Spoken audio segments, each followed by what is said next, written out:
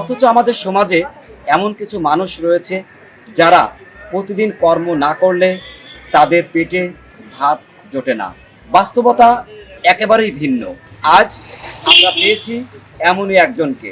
কথা বলবো আমার পাশে যাকে দেখতে পাচ্ছেন, ঝালমুড়ি বিক্রেতা বাচ্চু ভাই।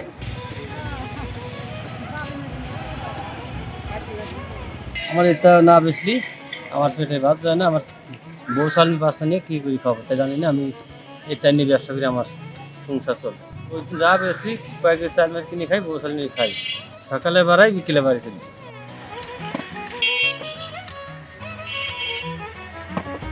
এই মানুষগুলো যারা এই যে ফুটপাতে ব্যবসা করে, যেমন এই যে ঝালমুড়ি চানাচুর বেচে, অনেক কষ্ট করতেছে।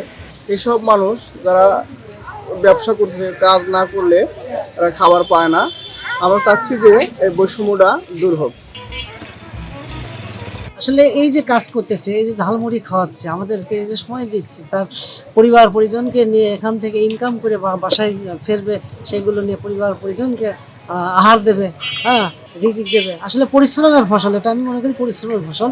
এটাই তার দৃষ্টান্ত, এটাই তার প্রমাণ।